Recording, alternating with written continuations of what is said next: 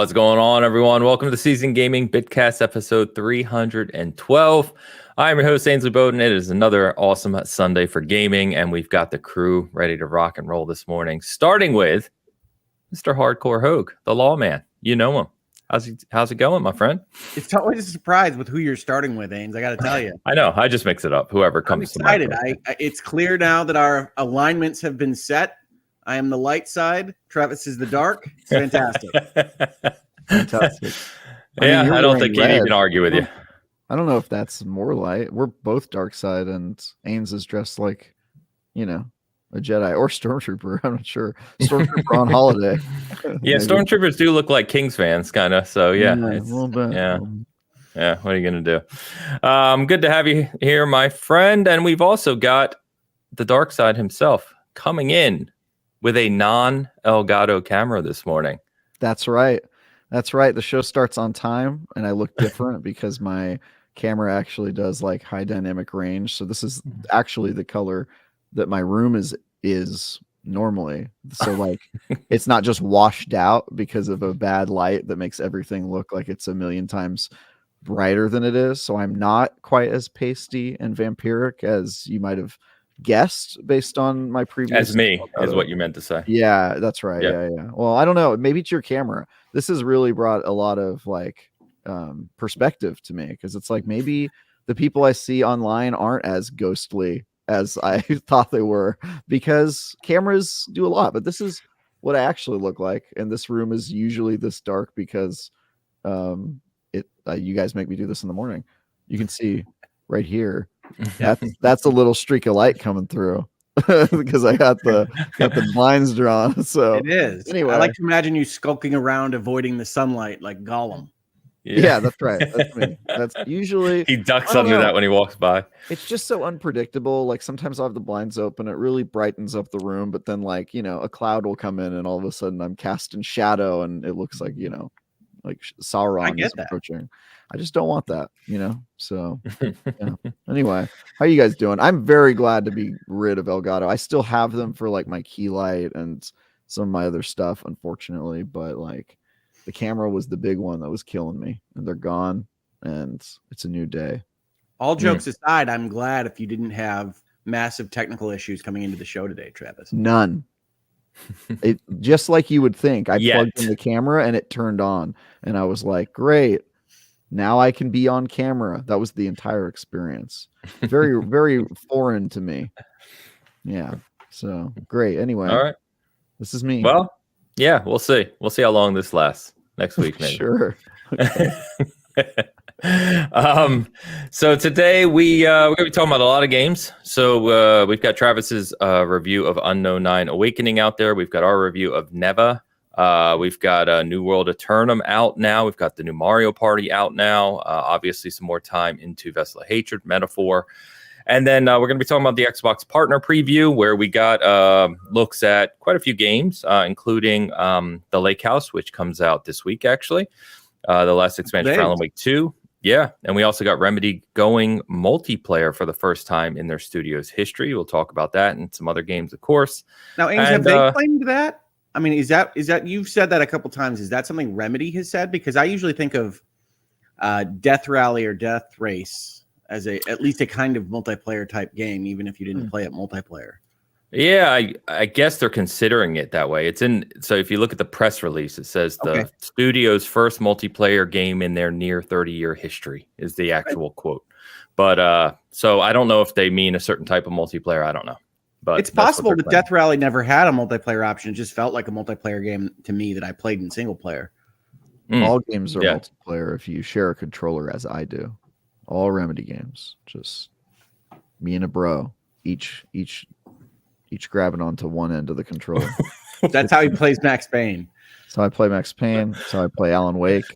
Adds to the spooky factor if you're not in control of which direction your character is. Yeah, that's okay. It's very good. Are you starting already? Yeah, I am. I'm sorry. Yeah, I'm derailing us already. Sorry, guys. We're in the intro. Hey, but the important thing is that you pointed it out, right? You called it out, and now I know. Now we can move forward. Yeah, we can move forward. Focus. I really appreciate you, Ains. Thanks for that. Good morning, chat. Good to see everyone, or good afternoon for you. Let's go ahead and kick off with our super chats to get us started, and Tides picks, of course. So Googleman is here, kicking us off.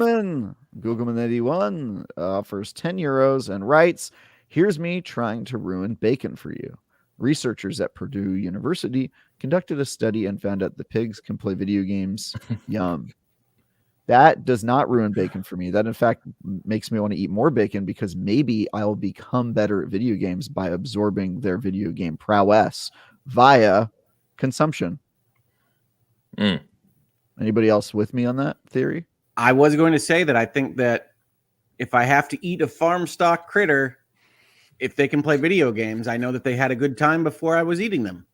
That's true. Yeah, a little mercy. I was thinking it more of like me gaining XP, like a status effect from eating bacon. But there's one thing about meal eating that games have really established there, right? Now, in the last few years, since at least like Final Fantasy 15, we make meals, we eat in order to gain status effects that last for a limited to medium amount of time. That's what we all do, right? Think about it. That's kind of true. Is it? The chemicals and your nutrition and how that impacts your brain and your body. I don't know, man. I think it's probably more true than you think.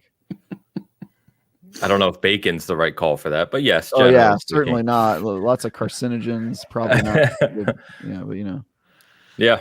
Googleman, thank you as always, our friend. That's the important thing. It's good for your soul. Ains. Oh, yeah. Fair. Can't forget that status effect. Wait, does Travis even eat bacon? Yeah. Oh, I know why you're asking that. I'm not one of those. I'm pretty I think that was an orthodoxy question. Yeah, it was an orthodoxy question. Yeah. I don't do that. I'm a California boy, and you can leave it alone. We don't need to. Yeah, we're good. There you go. Appreciate it. And Vintage Willow kicking us off with 5 season gaming memberships. Googleman and Willow always kicking our show off. Thank you so much. Appreciate you. Thank you. All right. And Googleman. And of course, we've got Tides Picks, which this morning I'm actually different from you two because I'm apparently going to catch both of you at some point or never catch either of you. We said that you were Gargamel last week. I know. I was Gargamel. Yeah. No, you're smart. You can see. The only problem I have with this, I'm adorable, by the way. I know it. You are adorable, as always. Yeah. The only problem with this is that, as per our discussion last week, a Smurf is someone who's really good at a video game, and I have never been good enough to Smurf myself. Wait, I just don't go around Smurfing. Well, I'm a Smurf because I procure NyQuil for the purposes of making methamphetamines, but that's the nature in which I'm a Smurf. Sure. Also not good at video games, Hogue. However, do Smurfs have white hair? Well, one, your guys' hair looks definitely interesting, so I'll give you that. They usually have hats. But Travis, why do you have 2 types of hair? You have like a mat, right? And then hair coming out of a mat. Is that supposed to be a hat? Oh, that's his roots. Supposed to be a hat. No, my roots are blue. That's crazy. No. Wait. So is the argument I only have hair in the back? I'm like bald and I'm combing it forward. Is that the argument here? You doing the comb over, the Smurf over? Yeah. Sorry, is my volume too low? No, you sound fine to me. Okay. Yeah. I don't know. Roots. You're naturally blue-haired, and you were looking for a little bit more erudition. You wanted to be treated a little bit more respectfully, and so you grayed your hair. Interesting. I love my tie. That looks like how wide it is. Yeah. So my guess is that they're going for like the floofy. You ever watch like an old movie where they're wearing what looks like a necktie, but it's like it puffs out into like this big, rifling thing? That comes from the origins of what a tie used to be, which is a place for you to blow your nose and wipe your mouth and dab your head. Oh, great. It was basically just a napkin that hung from your neck, but over the years it became increasingly less functional and more ornamental. So if you ever want to go back to the good old days, you can just, blow your nose into your necktie, and that'll really surprise your friends. Sure. Anyway, I like that I have really long pointed ears, and I look like I don't eat bacon. Let's just put it that way. I don't know about this AI. I don't know what they're doing to me. Yeah, Hogue, you look amazing, and Ains, as usual, you look unrecognizable as Ains. So yeah, pretty much. Can't even tell that it's you, as always. AI doesn't know what to do with me. Yeah, I'm pretty sure it's a cross between me, a Smurf, and Phyllis from The Office. Yeah, you look like you're inside somebody's head, making them sad. Is that a Disney reference? Yes, I understand that reference. Great, cool. I only know that because D has made me watch Disney movies, which I previously had not seen. I don't think even one. So Inside Out is not my favorite. Yeah, it's not our favorite either. I think we both. What you want. I think we both said it was like a 6. We always rank all the movies we watch on a IGN scale. Yeah, it's a basis of a strong relationship. I watched one of my favorite animated movies with my daughter this week. That I don't know if we have a space to discuss, but I highly recommend to everybody The Wild Robot. It is way better than it has any right to be. Okay. Like based on its premise, it has emotions, it has drama, it has comedy, it has really good voice acting, and I'm no fan of Pedro Pascal, but he did a great job. And I highly recommend it to everyone that even remotely is interested in that movie. Go check it out. Cool. It's weird to not be a fan of Pedro Pascal. Yeah, that's a movie. Like it's basically like it's it's Avatar, right? Robot goes native. Sorry for colonialism genre of films. No, is that the one? Well, I mean, broadly, yes, but you're describing it inaccurately. Okay, well, that's what it looked like from the trailer, but it's based on a kid's book that my daughter has been was reading for years. It's a trilogy of books. This is just the first book in movie form. It's a very simple story, but it is really, really well executed. It's really beautiful to look at. It's well animated. Go check it out. I highly recommend it. All right. Well, why don't we jump into games? Those things that we're here to discuss, supposedly anyway. Travis, I'm going to start with you because Unknown 9 Awakening, I only just learned yesterday, was supposed to be this big thing. Like there were plans for a whole universe and multiple games and titles and everything. And outside of seeing this in one of those preview shows, I forget which one specifically it was a few months back. Maybe it was at Summer Game Fest. I knew nothing about this game. And we knew you were reviewing it, of course, but it comes out. It seems to have come out incredibly flat. I know the Steam numbers are extremely low on it. The review scores aren't great on it. So talk to us about this game and where the issues lie. Yes. So in terms of the expanded universe that this was setting up, so far as I know, the plans are still to proceed forward with that. This is the studio's first game. They're a brand new studio, and they really wanted to create like this unique universe. And so I previewed this game, I want to say in May or somewhere thereabouts. It was earlier this year. And at that point in time, they had just released the comic book. And so I read the comic book as part of my preview and then played the game. And then before the review, they had also released a novel, or actually, I don't even know if the novel's out, but I was given access to a novel, which I read part of. And then this game is part of that universe. And so they have a very ambitious plan with how they're going to build out this universe. And part of it included this game, which was going to be its first, big flagship. When I played it in preview, my thought was, okay, well, this is their first game. So obviously it was not as like high budget as one might expect, but that it had potential in its main unique mechanic, which is its mind controlling mechanic that lets you take over enemies and play as them for a brief period of time. And then you kind of are like a soul jumping into other meat corpses and helping or walking them around and making them, kill each other and set off traps and that sort of stuff. They had like half a year to work on the game at this point. So I figured, okay, maybe they'll clean up some of the other stuff. And it'll be an interesting idea. Unfortunately, having played the entire game, they didn't really clean up a lot of the problems they had with it, which is like the stealth and combat are really flat, and that sort of thing. And then there were also some other problems that I didn't see during the preview that kind of like made themselves known during my time playing the game, which is that the game is actually quite buggy. It performs not super well. And then even the story, which like the world building is really cool, but the story itself that they decided to tell in this particular video game in the broader universe is pretty by the numbers. It's like, you know, classic hero's journey, person has magic powers and you have to hear about all this like magical world building gobbledygook. And then, you know, it just goes on to do exactly all the beats you thought it was going to do. So it was a bit of a bummer. I gave it a 5 out of 10, which on the IGN scale means mediocre.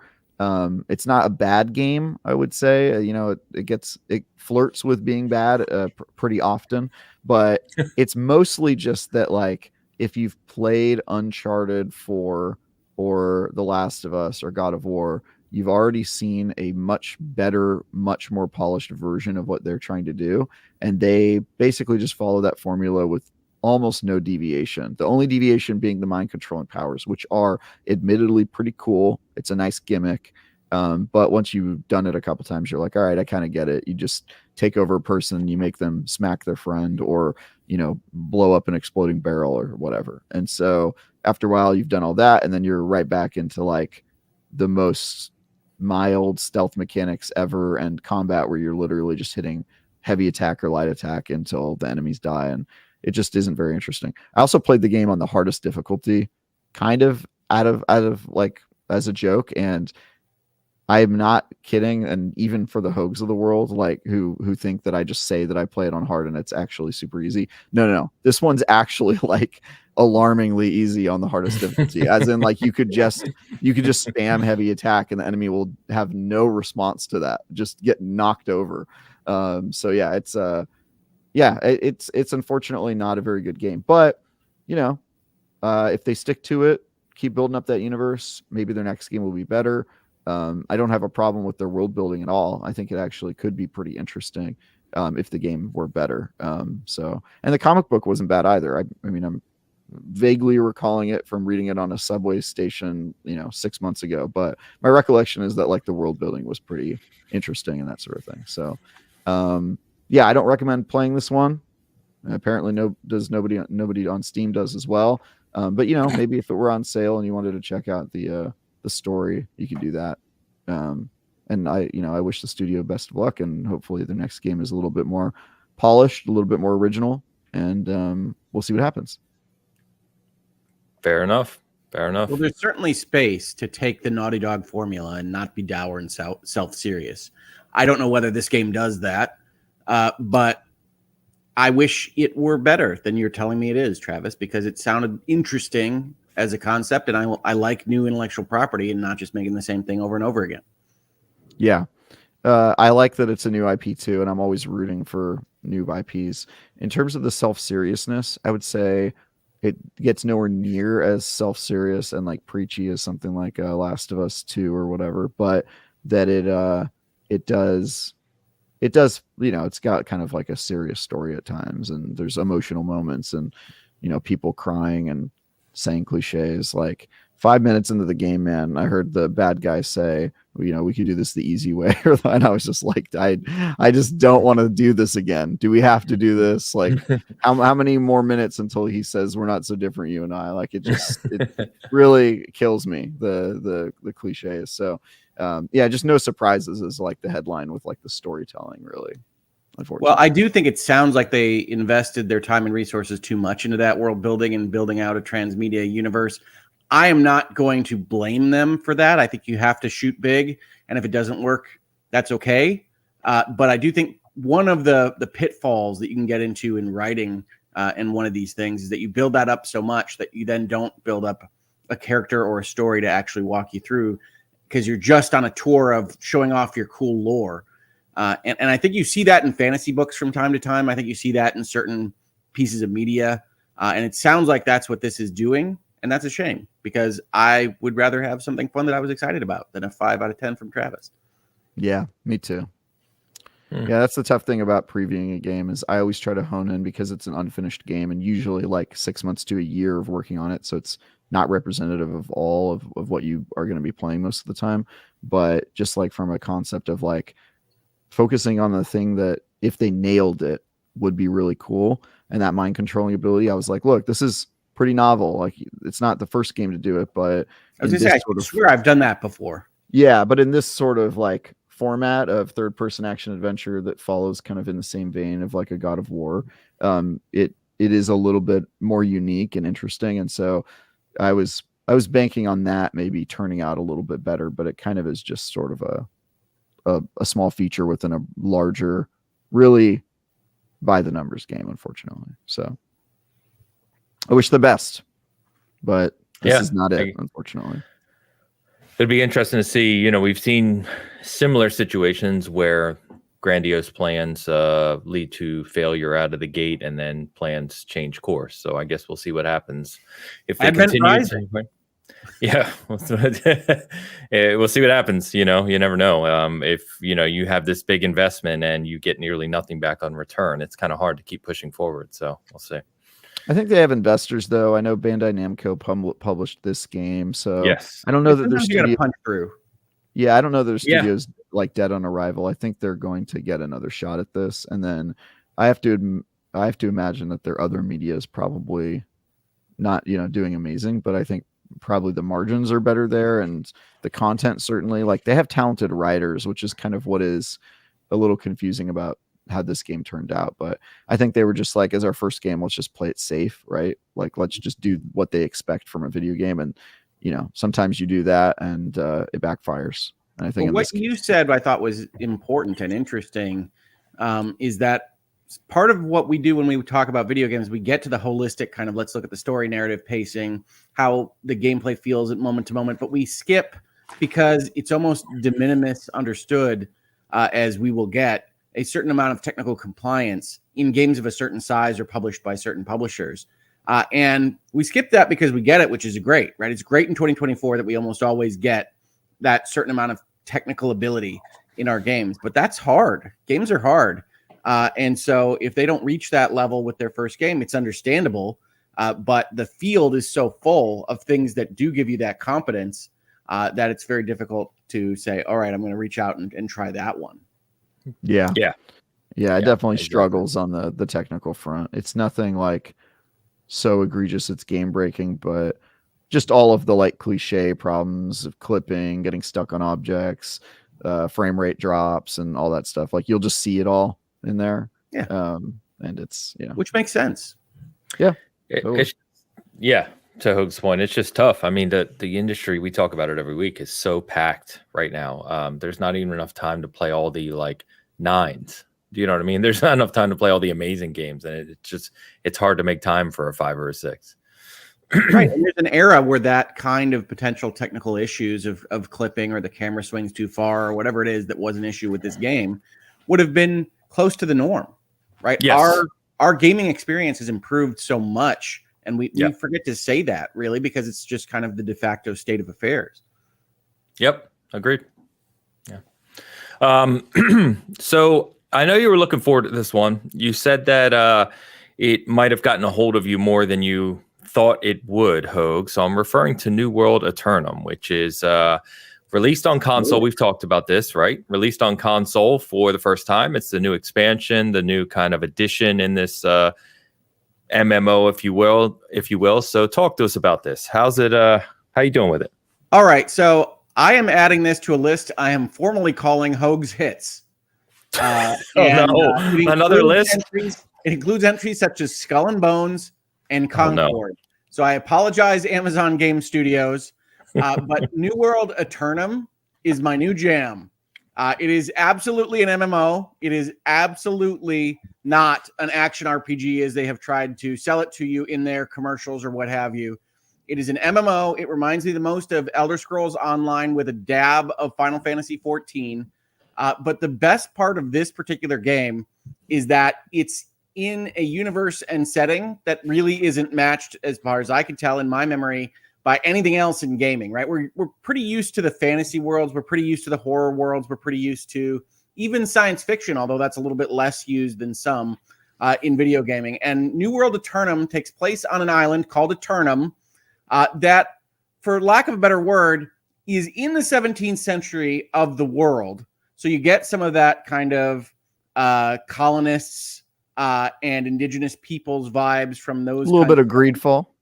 A little bit like Greedfall, except the hitch for this world is that everybody is eternally living. Nobody can die. When you die, you get revived, because this world is kind of like Eden or paradise. And so it's collected all of these people from different cultures that existed before that point in time. So the characters in this game are all from like the ancient Chinese Empire or the ancient Egyptian Empire or Romans or French or whatever it might be that existed before. I think it's 1609 in the first video. It's the 17th century. I know that.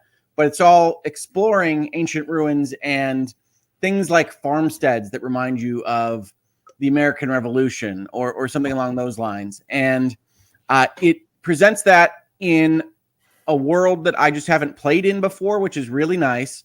And the action combat is closer to something like Elder Scrolls Online than something like a attack picker like a Final Fantasy 14 or a World of Warcraft. So in combination, that in of itself is great. Now, what makes it even better is that it's also a kind of survival crafter type game. So it is a game in which you are. I mean, it's an MMO, and so it's. I know. You're walking around a 3D generated, really good looking world. But if you feel like it, you can take down those trees in front of you, and they will have a very satisfying sound effect, and you will gain wood. No, one of the things I want to talk about with Eternum is that the sound effects. Hogue gains wood from that sound effect, bro. The sound effects are fantastic. Like the log cutting and the mining are just wonderful. And you hear them and they echo across like the game world. So you can hear somebody mining iron across from your combating some ghost monsters or whatever else you're doing. And it's a really nice effect. So that all goes together for an experience that I have not had before. And as I understand it, this version of the game, which hit consoles, that's why we're talking about it right now, is the first time that everything has voice acting in it. Correct. And they added some cutscenes. Now, I will say this. I enjoy this game. The voice acting and the plotting, the story is, I would describe it as cartoonish. Like the accents that they're throwing on here for the various people are Pepe Le Pew-esque. They're of that caliber. And so, you know, flipping between this and metaphor, which is what I was doing this week, is a very different kind of approach to storytelling. And if you aren't interested in that kind of cartoonishness, you're probably not going to love the way it pushes you forward through the game. But if you can get past that, it's still very good. Yeah. So I played this game when it was on PC. Yeah. And it's been on PC for a couple of years now, right? I want to say 1 year, I feel like. Maybe it's a little bit a little while. Yeah, a little while. It's been a little while, but I played it when it was like it had like a really big lift off for like 1 month where everybody was playing it. It did. There was a lot of Destiny people playing it, which I think is how I got roped into it. Super cool, very addictive. I'm glad to see that it's more polished. I did get a copy on console, so I'm going to plan on playing this one a little bit later. But yeah, very cool, interesting project from a studio that I kind of don't want to succeed because it's Amazon, but you know, it's good. We'll see. It's good, you know. So, people, man, what? Yeah, I know that sounded weird coming from you. Studio. It's also studio, you know. So it's Amazon. I understand it's Amazon, but it's, you know, they're still developers like anywhere else. They're just, you know, well, they can go work for somewhere else. Well, unlike Travis, I am rooting for them to succeed because this is a new intellectual property. It is a new vibe. It has clearly got some different ideas from other MMOs, and more competition is better. It's a lot of fun to play. I also really like that with this console launch, it's just a sales price, as far as I can tell. They've got seasons, they've got stores, they've got things that you can invest into if you feel like it. But unlike Final Fantasy 14, which I still think is kind of crazy to pay for on an ongoing basis, this one is just you buy and you're in. And I think that's really good. Now, I'm not the biggest fan of MMOs, as I think people know. And I do think that this one has the busyness problem. There are aspects of the way they've set up their world where you just have constant people running around in front of you named Fart Face and wearing a burlap sack with a metal helmet on their head, and it's crazy, right? So you saw my character vibe. What? You met my character? Are you in a burlap sack with like a yeah, dude? Fart Face, that's me. helmet? Fart Face 34. That's me. Yeah, dude, that's totally me. But I really do like the concept of the world of being trapped on this island where you can't die. It has the vibes of almost something like Lost or From, which I think is a really good entry point for an MMO. And I'm surprised more people haven't tried it, which is like, what are we doing here? What is everything? What is this mystery? Can we ever get out? That kind of thing. And while I do think their storytelling is cartoonish, it is conceptually interesting in a way that a lot of MMOs are not. Yeah, I briefly looked it up. It looks like, to Travis's point, this kind of, I remember being extremely popular out of the gate because it was a big deal that this launched. Then it was very low, like the population really dropped off. There was chatter last year, apparently, that this was going to die. Apparently, that chatter's obviously gone away now with the console release and this update. So how much is the game to buy? That's a great question. I don't know. I want to say 60. It is a full price game? It's like a $60, $70 game, yeah. I think the version I bought was like $70, but yeah. All right. But it is pretty straightforward right now. I assume that this game is one day going to be more like ESO, where maybe there's not a subscription fee, but they're releasing new stuff for you to buy, like major expansions every once in a while. But I don't think they're at that point yet. And because this is the positive side of it being Amazon, they're not really hurting, right? They can take their time with it, which is yeah, cool. It's enormous. It's an MMO. It is an enormous game. I know that they wanted to advertise it as a action RPG. But the vibes you're going to get playing this are much closer to Elder Scrolls Online than something like Diablo. Okay. I think their strategy with not calling it MMO has more to do with people's general frustration on what is called an MMO these days. Although I would describe it as an MMO. It definitely has that feel. Feels like, some people have a negative connotation as soon as they hear MMO. Or they expect a certain thing. When they hear MMO, they expect like a certain number of players or like no instances or something crazy like that. And I would say this is on like the smaller number of players in MMO, at least in one that you're seeing on screen at once. But that also could just be the time I was playing it. I don't know if it's changed. It's super busy now, at least in the first 3 or 4 areas. Okay. But that usually thins out as you get into the deeper content. But yeah, there's just tons of stuff to do. Everything has its own experience bar. So logging and mining and fishing and horseback riding and everything else. You're gaining skills. It's well marked. It has the typical kind of MMO problems on console, which is that there's so many buttons and so many things to show you that you have to kind of gain the experience and understanding in your own fingers as to what every button is going to do. But they made some smart choices with the square button essentially being accept on whatever screen you're on. And then they have essentially a mouse cursor that you can also use. Okay. No. Gotcha. Yeah, they definitely they do a good job of tickling your brain and making you never want to turn that game off. That was sort of my experience with it the first time, and probably why I haven't gotten to it this time for now. But we'll see how long that holds out, how long I can hold out, because I do want to play this one again. Well, and I didn't play it in PC version or at launch, so I don't know the precise nature of the differences between this and that. But I've had an excellent time with it. It is at the expense of Diablo this week. I was having a lot of trouble playing Diablo after our conversation last week. And New World Eternum was where I put those live service efforts. So congratulations, Amazon. You're right there with Skull and Bones and Concord. No. I know. Amazon receiving your praise. Please don't. It's really good. Oh, cool. That's good to hear. I know one of our regulars, Newspin. I think it's pretty easy to say that this will not be on the Hogue's hits insta-death list, because this is a pretty big game lots of people are into. So you finally chose one that I think is safe, Hogue. Finally. I mean, Diablo technically is the safest. Diablo is very safe. Yeah. I was gonna say one of our regulars, Newspin, was really looking forward to this. I don't see them in the chat, but hopefully they're enjoying it as well. I wanted to shout out the game. We talked briefly about it last week because the review actually went up Monday morning right after we were live. But the game Neva, which was the next game from Namada Studio, who made Grease, which we talked about. So very kind of artistic approach to their games. Usually, you know, some type of message that they're going for. And so Lewis reviewed this for us. It's gotten very, very heavy praise. If you haven't seen this, it's only about a 5 or 6. Damn it.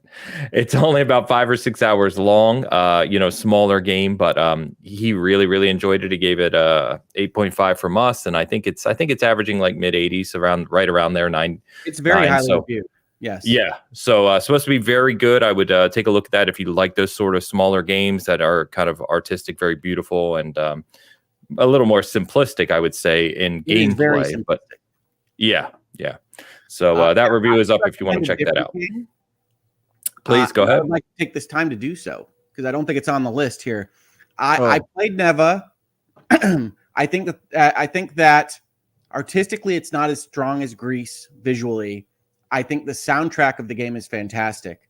It's kind of got a weird European electronic dance music take on Epic Adventure. So check it out for those reasons alone. But as for my indie games this week, I didn't see it on your list, Ains, but one thing that I've really enjoyed playing is a game called Last Time I Saw You, which is a hand-drawn indie, what I consider a super narrative game. Like they talk all the time about everything, like a game like Fall of Porcupine or Beacon Pines or really anything with pine in it. But Last Time I Saw You is a hand-drawn video game. So everything looks like a cartoon. It's fantastic. It's gorgeous. I prefer this look to Neva, but it's about a boy who finds himself having dreams of a girl, and that girl turns out to be a forest spirit, and you go on various adventures in this town. And that's all I'll say about that. But if you're interested in any of that, at least click on the button, check it out. Last Time I Saw You is my favorite indie game of the week. Okay. Favorite indie game. He is a favorite indie game of the week now. We have a weekly indie recommendation from. I mean, to be fair, enough indie games come out that you could have a favorite indie game. Oh, easily. Yeah. I bought Neva. But I'm just trying to keep it going. You know, keep the flow of the show. Oh you're good. What are you playing it on? I saw you. See, the problem I have with indie games like this is that their names are always like that. It's like you're gonna be 3 hours later, be like, Rick said to get something like "I miss you" or I saw D playing. I saw D playing a game called "That Time I Was Reincarnated as a Slime." That's a video game. Fair. Apparently, it's based off of an anime that she also has watched. So yeah, she's I mean, they go crazy with these titles. Really do. What platform, Hogue? I'm playing Last Time I Saw You on the Switch. Okay. But it is on the PlayStation. I know that. I don't know if it was on the Xbox as well. Okay. What was the last time you played it? Yesterday. Well, can you say that? The last time I played, Last Time I Saw You was? I want to hear the full sentence. I could say that if I felt so inclined. Okay, good. Yeah. Moving on. Cool though. Very cool. Talk to us about either of you, because I know you both played it. Mario Party. So we got the new Mario Party Jamboree. Hopefully going back to some of the things that made Mario Party kind of amazing back in the day. It looked like they were bringing some classic kind of styles of modes and maps back. Anything good? Yeah, let's talk about the Jamboree.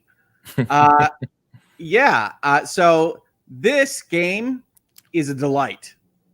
Now, I'm sure that's helped to some extent by having two daughters that are over the moon for this kind of content, as any given multiplayer experience would be.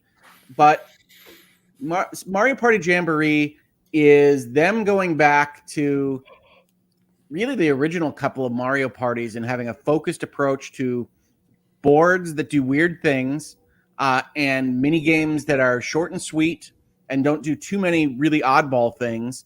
And with that focused approach, really creating a good experience.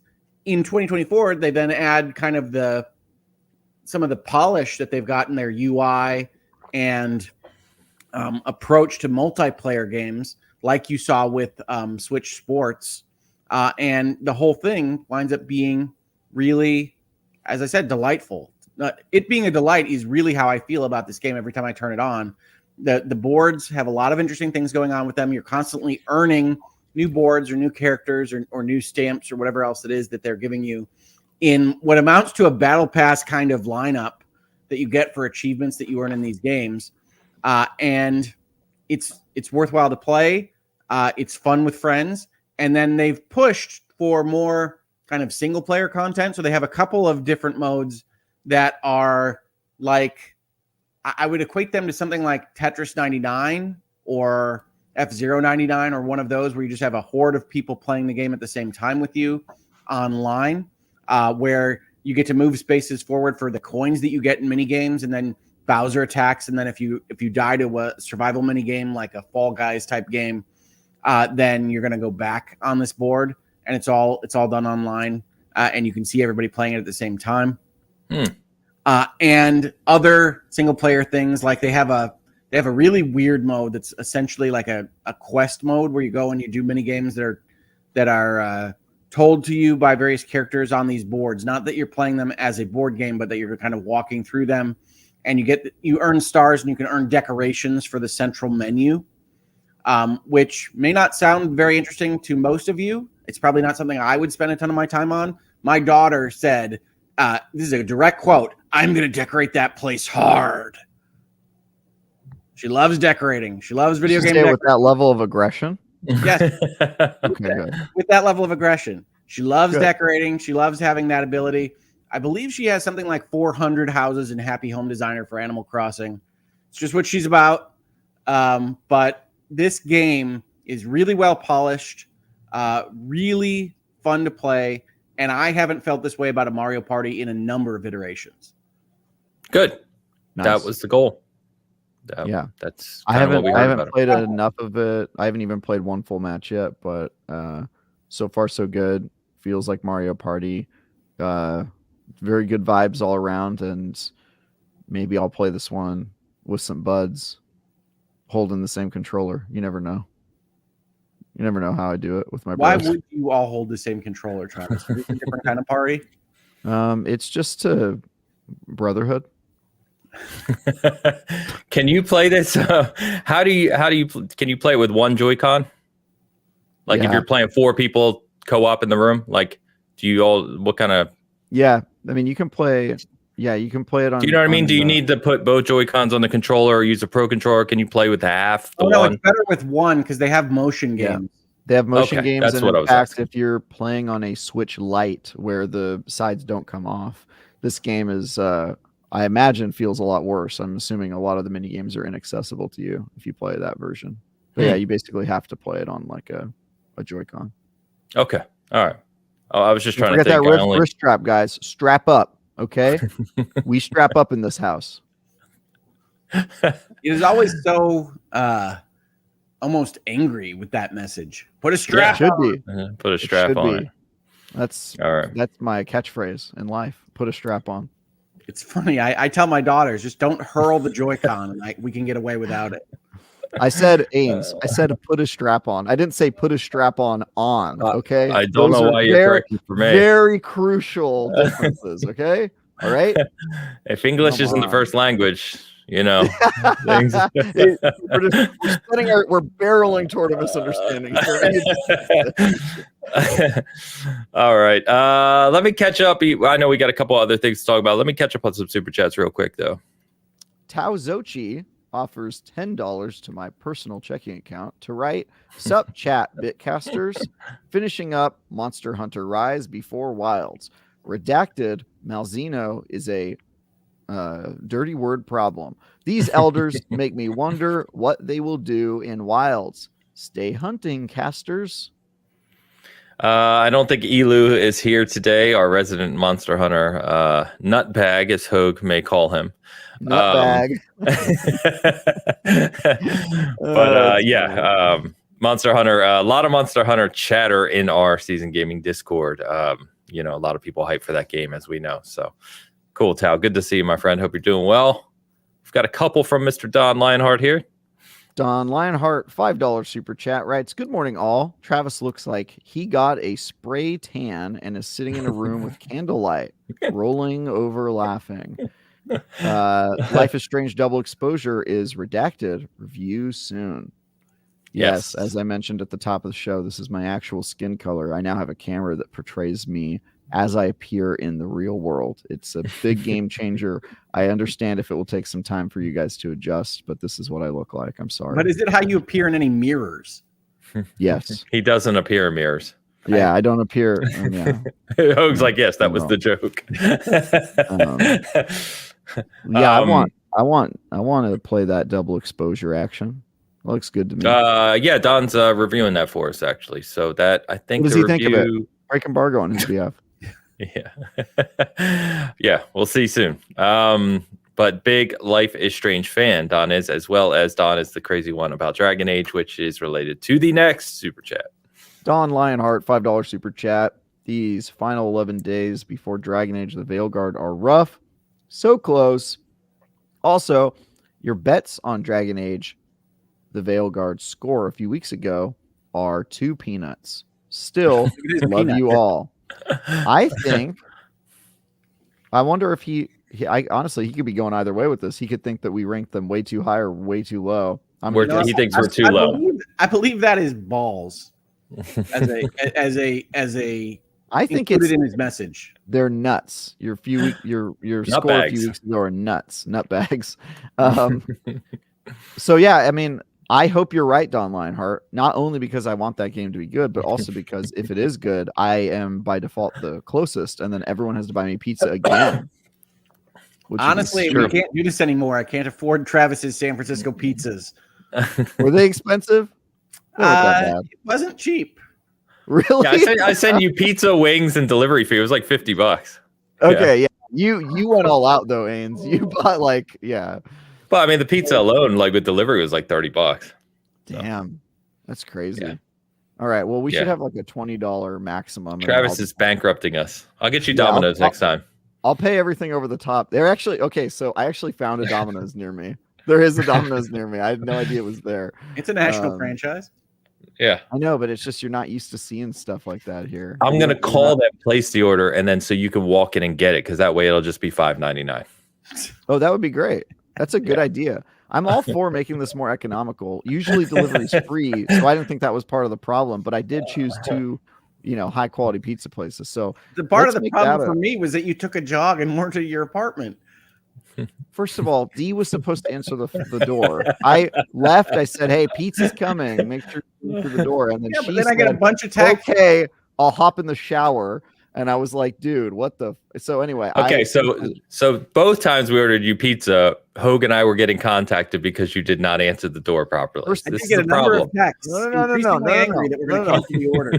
Just to clarify, the time Ains did it, the guy called Ains and never knocked on the door, so I had no idea. Called me 3 times. Three times. I think the moral of the story is that you have to leave my phone number going forward when we order pizzas for each other. Or if I order pizza for you guys, I'm leaving your cell phone numbers because I don't want to get the calls. You know what I mean? All right, that's fair.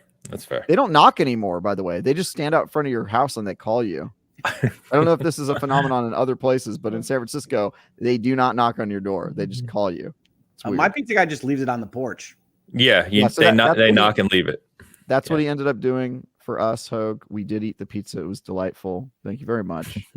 And we're all caught up on the pizza bets. So I kind of will feel bad if I win because I will be like, I don't know. We'll just do Domino's, I guess. That'll be fun. It's weird. We need it to be a 79 because we agreed if it's exactly a 79, you buy pizza for both me and Hoag. But I kind of want it to be like a 90 because I hope the game's really good. So I can't win either way. I'm with you. I hope it's good. But the chances of it being a 79 are vastly higher than it being a 90. I don't think so. I picked 79, so I tend to agree with you. I think they're both pretty unlikely, to be honest. I think it's probably going to be mid 80s. Yeah, I know. That's the vibe I'm getting now, but we'll see. Anyway, it is crazy to think as we're sitting here recording today, we're 11 days from a new Dragon Age. Like it's been a very long time. So I think we're all hoping it's really good. We'll see what happens. Obviously, Don, more than anyone, is hoping it's good. So we'll see. Anyway, a couple more games I just want to mention. So I did put more time. Basically, all my time has been spent on Vessel of Hatred. We've talked about Diablo ad nauseum the past few weeks, so I didn't really want to spend much time on that. But outside of Vessel of Hatred, I did play some more Metaphor. I'm trying to kind of get more and more into it. I think I'm maybe 9-10 hours now. I'm still early, obviously, but I'm enjoying it. The one thing I continue to hope expands a bit, though I don't know it will, is it just feels very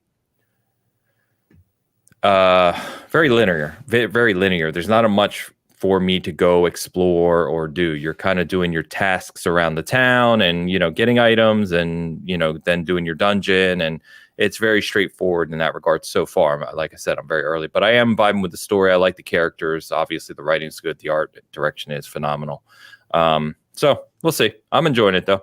It is very linear, but I would describe it like when you talk about open world game design, like open, like wide versus an open world. It's kind of like wide linear.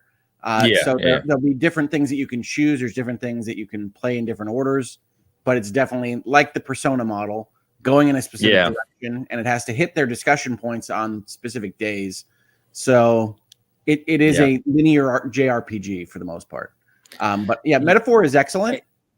Did you play it more this week? Because last week you said you were 16, 18 hours, something like that into it. Yeah, I'm at about 28 hours, something like that. Okay.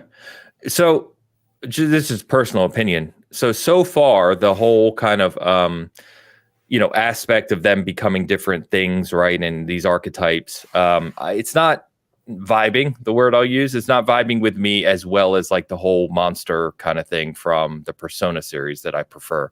But maybe I'm still too early. What's your opinion on that? You liking it better, same, worse? Yeah, no, it's a different approach. I think the Persona model has some more mixing and matching that is maybe a little bit more intellectually interesting.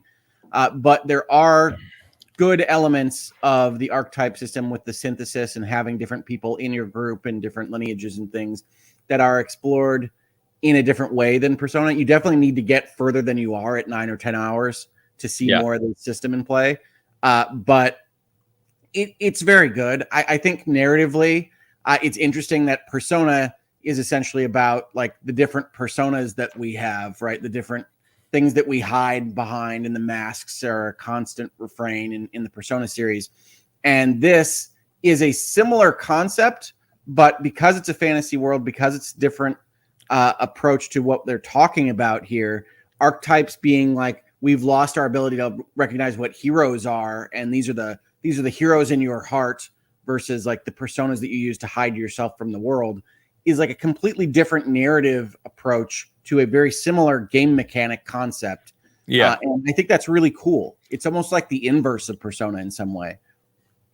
Yeah, I think that's fair. Yeah, I'm liking it. Like I said, I need to get further. I've spent way too much time on Diablo, like way too much time. So yeah, we'll see.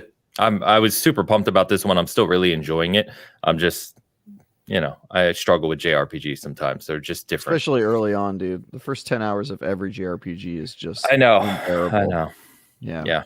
I do like a lot of the things the way they're implemented though. Like little niceties, like when you're in a battle and you screw up or you kind of decide something in front of weakness, like being able to restart the battle right while you're in it's really cool.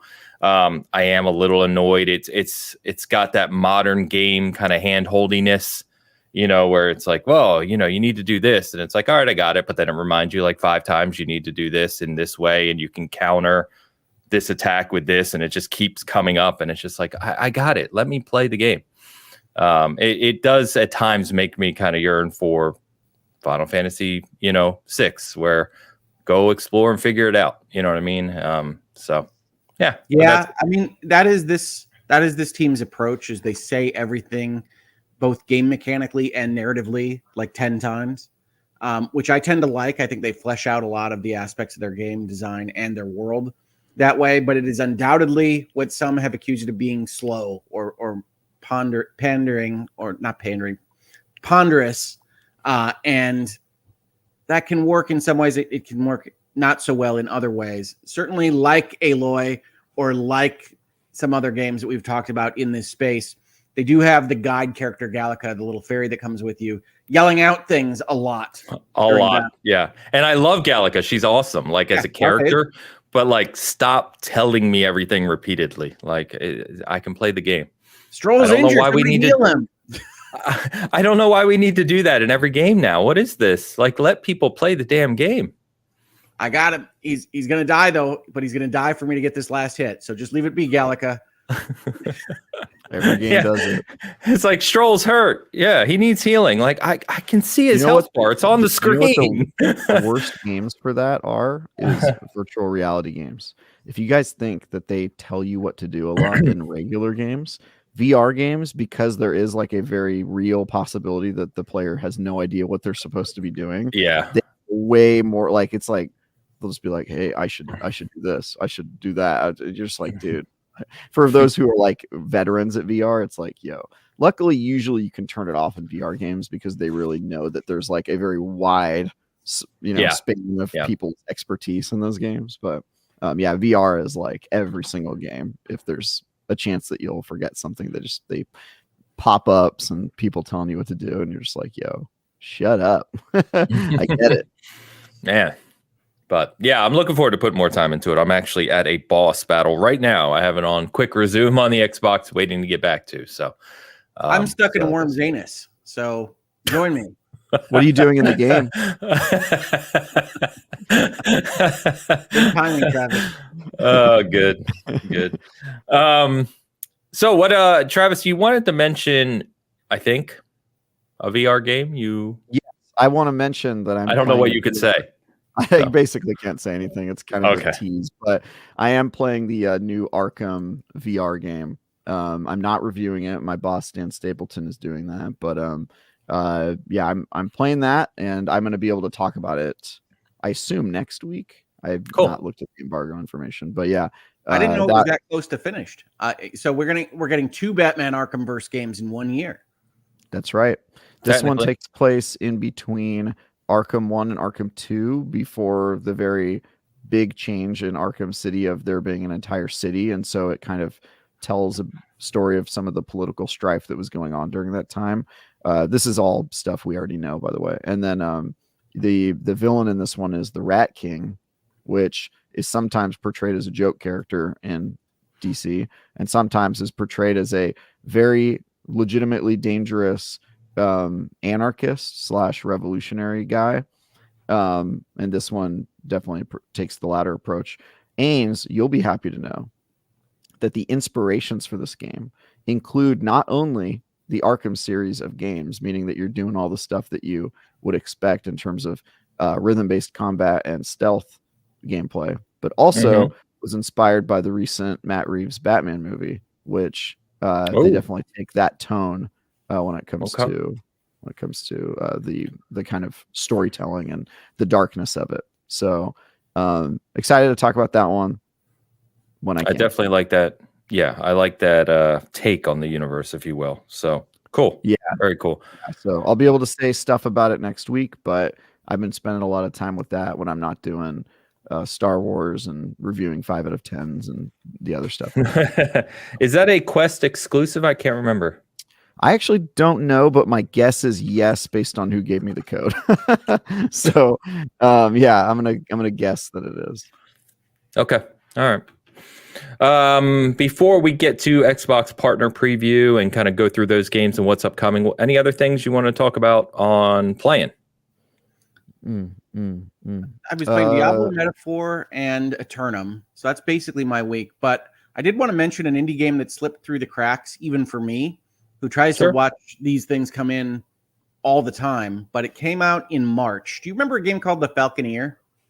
Yeah, I played it. I played it with the developer. What's his name? I can't remember his name now. Tomas something. Yeah, Tomas. He. I sat down with him in LA.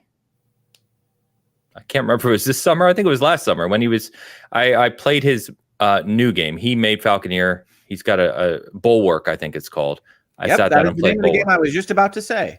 Oh, I played that with him before it came out in LA. Yeah, he's a good dude.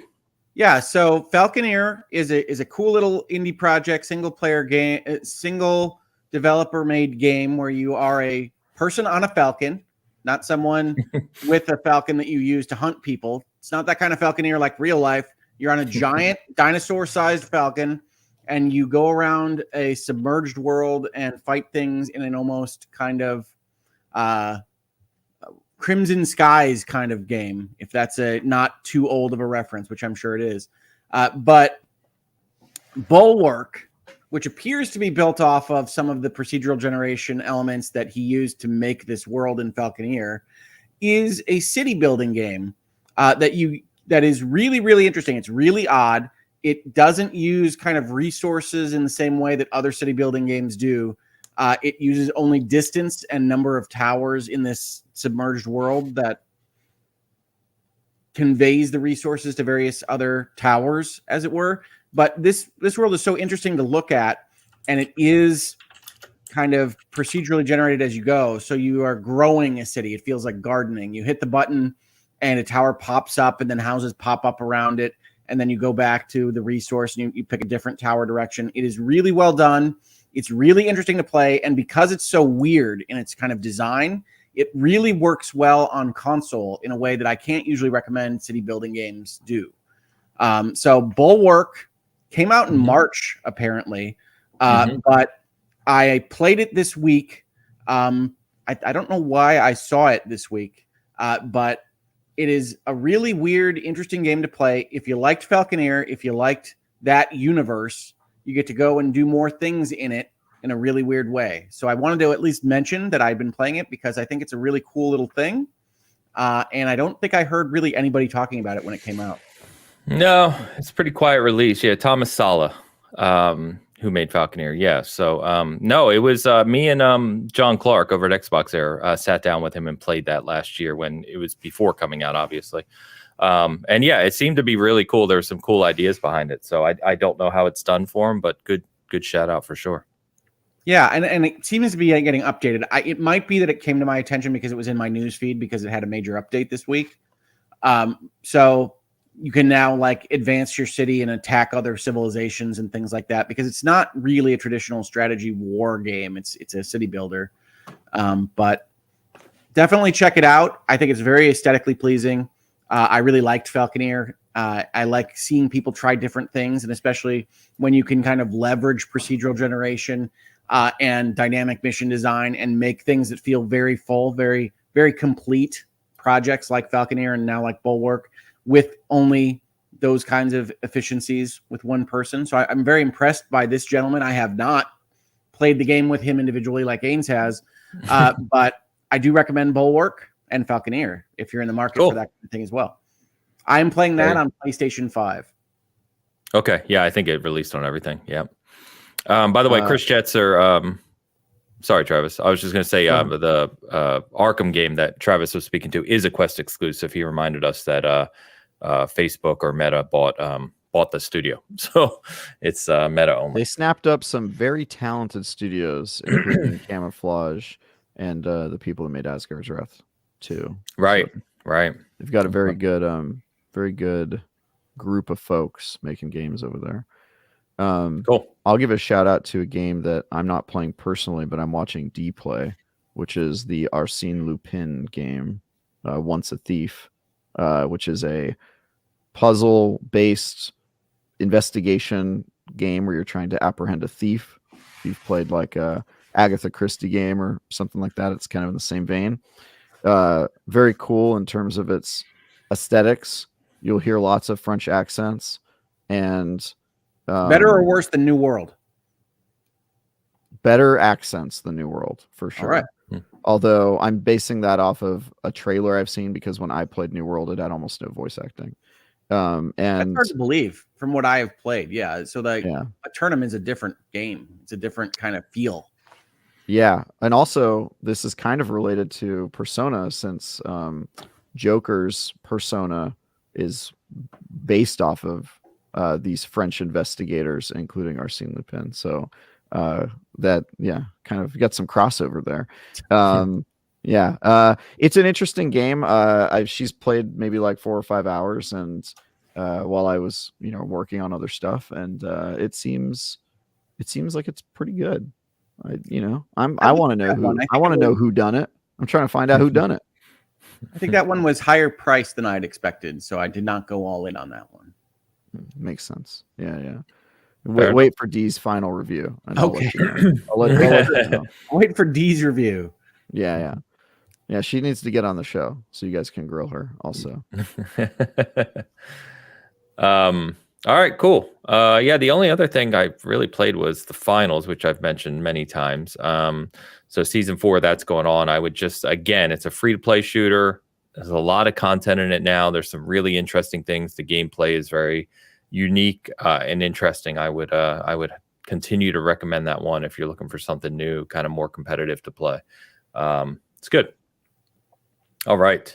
So, we're on Xbox partner preview this week. Got about a dozen or so games that they talked about, which we'll kind of talk through a little bit. So, just kind of have this, I think, in alphabetical order because it was on Xbox Wire. There's a summary of all the games and additional information, interviews with some of the teams as well, including Remedy about FBC Firebreak, which we'll talk about. But first up is Alan Wake 2, The Lake House. I know we mentioned this last week. This actually comes out Tuesday, so we're 2 days away as we're recording this. Are you jumping into this one right away, Hogue? Oh, absolutely. It's October. Alan Wake 2 was my game of the year last year.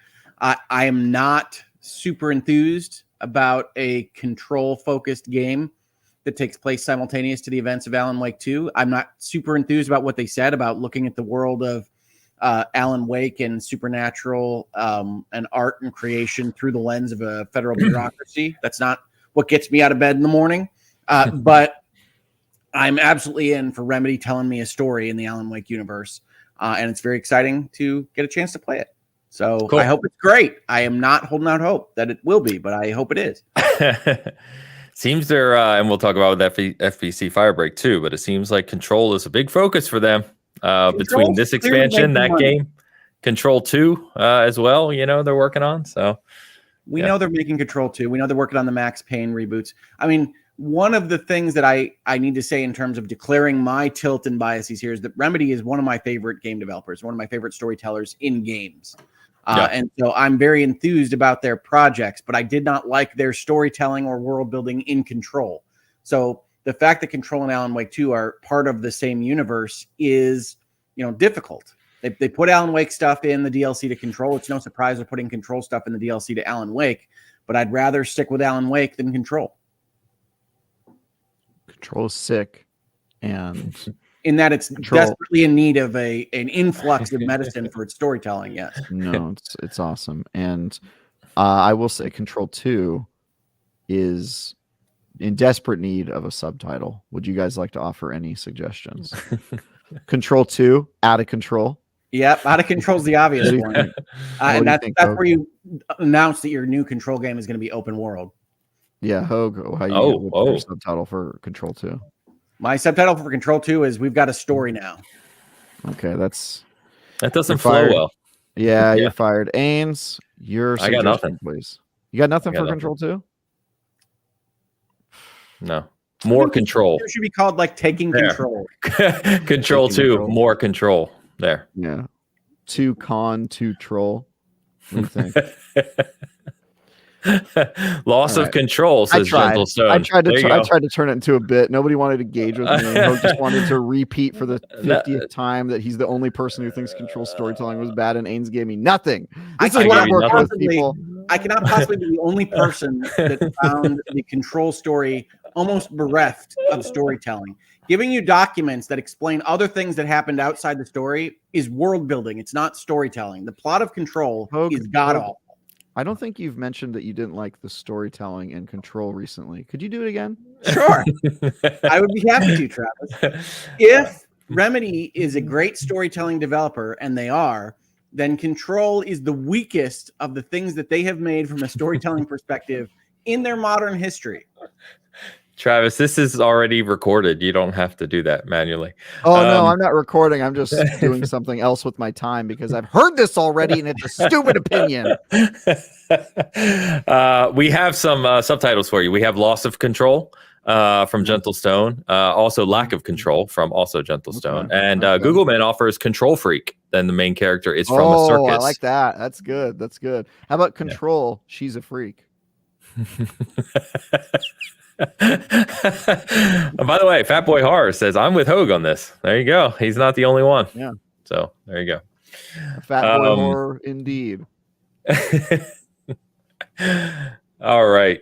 So we'll see back on Alan Wake 2. We'll see how Lake House is on Tuesday or this week. We'll talk about it next week, obviously. We get dropped during the show was Animal Well, a very popular, highly rated indie game that came out earlier this year, is now on console as well. So this is one I want to play, haven't yet, but sounds like it's a lot of fun. So either of you play this? Yes, I have. To me, Animal Well is more of a journalistic darling than something that I really feel connected well with me or with the other people that I've heard played this in my circle. It is a very puzzle focused kind of Tunic, or I'm trying to think of the other games in this genre of indie games where nothing is explained to you and you have to kind of figure out how these various aspects of the game actually work. And it's pretty. It has a very unique graphic style, but it is not my vibe, to steal Ains's word, for these kinds of games. Okay. Well, so Alex agrees with you. He says Animal Well is vastly overrated. We also have Alex Dies Twice, who said Hogue is right. Control is mid. We have a bunch of Control haters in here. Control, right? Alex, I hope you die a third time. I want that name changed to Alex Dies Thrice next time or next episode. It's gonna change to Alex Kills Travis. Yeah.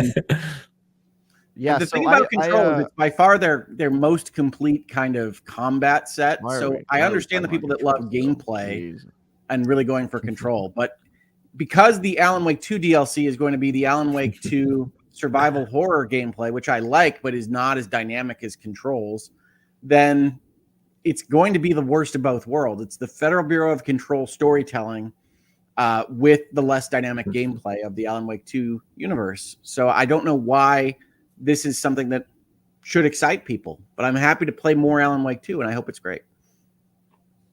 We shall see. By the way, we have another subtitle. We have Time saying remote control. Control 2 remote control. All right. We got a game called Blind Fire, which is developer Double 11. So this is an FPS that went into preview on, I believe, Steam and Xbox preview programs during the show. So you can play this now. It's only $8, I believe. It is a FPS where the trick, if you will, is that it's you kind of use echolocation. So like sound is incredibly important. So you're not like just running around shooting. You're basically trying to pick up where enemies are in the environment by hearing where they are, and basically killing them before you kill you. I actually have this game. I have it loaded up. I just haven't played it yet. So hopefully I can talk a little more about it next week. Cool. That's a unique one. Good story. Yeah, I was gonna say you guys don't. That's probably not anything. I'll play that. That sounds sick. I just don't know. It looks cool. I like the video for it. So, we also got Chronos: The New Dawn, which is Bloober Teams. They announced their new IP coming fresh off of Silent Hill 2 remake. Chronos: The New Dawn. It takes place in both 1980s communist Poland and a futuristic wasteland following a pandemic known only as the Change. We'll see what they do here. Bloober Team, right, which I had said was not one of my favorites, and I said that Silent Hill 2 beat my expectations for that. So much so, actually, that I wound up buying a game this week that you had mentioned last week, Ains, and I forgot to mention that I played this week because that's how little it hooked me. But I played the Layers of Fear. I played the Layers of Fear game that in some ways put Bloober on the map, and I am once again back to I'm just not sure about this company. So Silent Hill 2, I have enjoyed a lot. I do think it's maybe a little bit bloat-goaty in the way that they've expanded the Silent Hill 2 pacing. But I am not kind of ready to be enthused about one of their projects until I get a chance to actually play it. Okay. I'm excited. I like quirky horror games. Bloober, I would never say their games are 9s or 10s or anything like that. I haven't played Silent Hill 2 remake yet. But I've liked their game, so I'm interested in this. I hope it feels like if you look at the way their games have evolved, they've gotten a little more competent as time goes on. I think anyway, in terms of their delivery. So we'll see. New IP's fun. It's supposed to be coming next year, so we'll see. Yeah, I mean, I like it's a different kind of environment. 1980s communist country having some kind of supernatural event happen is an interesting take. Yeah, but it is, of course, an interesting take that we're also going to get a little bit of later this year, right, with Stalker 2. So, I mean, I'm not sure how much communist country dealing with supernatural issues I can take, but we'll see. Stalker 2, by the way, previews out last week and very strong. Everyone I've talked to has played that game and previewed it, saying it's excellent and even surprisingly so. Well, it's hard to be mean to the Ukrainians on this. It's hard to be what? Hard to be what? Mean. It's hard to be overly critical about whatever they deliver with Stalker 2. So I think it's a unique circumstance where we kind of have to wait until we can play it ourselves. But again, I'm a critical reader on this stuff. Yeah, I looked at the Stalker 2 previews, and a lot of them it's a little bit mechanically clunky, but it's still amazing that it got out. And it's like, well, that's fine. Yes, it is amazing that they're releasing a game at all, but I'm going to have to see how it actually feels to play. At all. But I think I don't think the people I know would have a problem saying there are problems with the game if it has problems. I will say the previews usually aren't the place to find that. So yeah, wait till reviews, but I don't think you have to wait to play it. That's not. Yeah, we'll see. I understand. You sell reviews, Travis. I get that. I also know about reviews and how they work and who writes them. I'm a little more informed. Previews or reviews? Reviews. Oh, okay. There is the documentary too. If you weren't aware, there is a hour and a half documentary on from the studio about making of Stalker 2 and what they've gone through in making this game. So that's out as well. You can check that out. So, yeah, I've been following this for a while. I will say this is a studio that, in addition to just having the problems that they've had, they've also delayed this game a bunch for reasons that are not several times necessarily related to what's going on, because they are working out of Prague, most of their team now. And they're one of those studios that will just delay a game as many times as it takes until it's at a point where they like it. So I have quite a bit of faith that this one's going to end up hitting pretty hard, but we'll see. And yeah, I can't wait to play this one. Yeah, it is weird. It is weird how many communist Russia supernatural games there are, though, just in general. And I think it's because a lot of them spawned from the same studio. Like I can't remember the same group studio. Yeah, it was like Metro and like some other game, and like they split and then split again. So there's like all these studios that like were working on the same types of games, and they all are like their own studios now. So there's like a lot of weird overlap. I think one of them became like Dying Light or something. I'm probably butchering the history here, but it's like a lot of these studios had like common histories, which is a little weird. So anyway, we also got a game called Eden Zero. I know nothing about this, but it says it's based on the hero Mashima manga and the anime series of the same name, Eden Zero, third-person action game. You guys know anything about this? No, do not. Okay, well there you go. 3 uninformed people bringing you games. When is that coming? Next year, 2025. It says set in the unique sci-fi universe of the manga, you'll take hero, is that Shiki Granbell, across the universe in search of the cosmic entity Mother. Mother. Is it like saying that the universe is called the manga, or do you mean it's from a universe that originated in a manga? Like yes, Japanese. The latter. Yeah. Yeah. So we'll see. I'd never heard of it. It's not my realm, but there you go. Eternal Strands is one I know you can talk about, Travis. So Eternal Strands, you did the preview of for IGN, or the first, maybe? IGN first. Yeah. I announced that game. That's kind of fun. Yeah. Pretty cool. So we got an updated look at that. Also the announcement that they've signed a deal to bring it to Game Pass at launch. That will launch on Game Pass, which is pretty cool. It's a great opportunity for them. I think the biggest problem, the biggest challenge Eternal Strands faces is that a lot of people might just not play it. But it is one of those games where if you try it, it does a lot of cool and interesting stuff. And I think if people give it a try, assuming the game turns out good, right? I played a very early version that, I had to look away from certain aspects of it because it was in such early production. But assuming that they nail what they're going for, I think the biggest hurdle will be getting it into players' hands and giving them a chance to try it. So I think Game Pass could be huge for them. Hopefully we'll get a lot more people playing it. And then hopefully when they play it, people fall in love with this goofy, weird idea that you can crawl over monsters and light things on fire and toss yourself in the air with telekinetic powers. It's very cool. Very cool, kind of sandboxy feeling combat that I quite enjoyed my time with it. Yeah, it says there's kind of descriptions of each of these games on Xbox Wire, right? And this one says action RPG from team of developers who previously worked on Dragon Age, Assassin's Creed, so other big titles. Unique magic system, to your point, in-depth crafting system, and huge climbable bosses. So let's see. But also, to your point, Game Pass, at least there's going to be a lot of people trying it.